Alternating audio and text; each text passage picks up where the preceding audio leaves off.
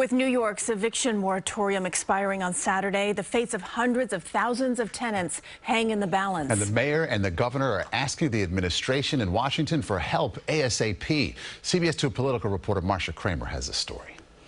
Moving trucks clogging the streets, people forced to pack up all their worldly possessions because landlords evict them for not paying rent. Mayor Adams begging the Biden administration to help prevent that from playing out in New York City in the next few days. We are about to face an additional crisis around housing in our city. COVID has hit New Yorkers hard.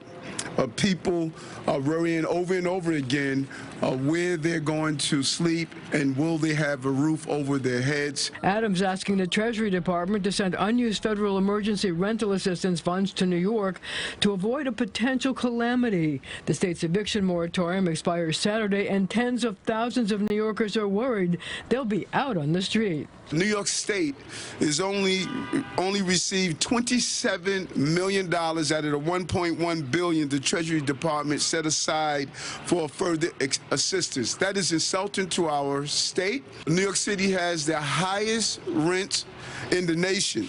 1/3 of renters here spend 50% of their income on rent. The mayor's demands echoing a letter sent by Governor Hochul, New Jersey Governor Phil Murphy, and the governors of California and Illinois, states that represent 1/4 of the nation's population and 30% of the nation's low-income renter households. The governors argued that federal funds were allocated improperly, quote, based on a grantee's total population instead of grantee's share of low-income renters, the target population for the program. Landlords say if the feds don't cough up the dough, it will also hurt small property owners.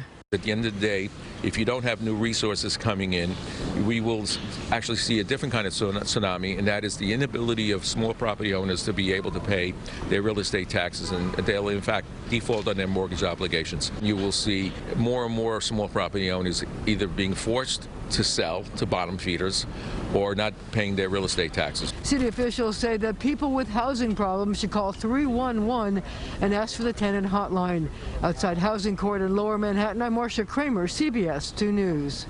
A spokesperson for the Treasury Department said that there is a limited amount of emergency rental assistance funds available for reallocation, but it would work with states to find other resources of federal aid.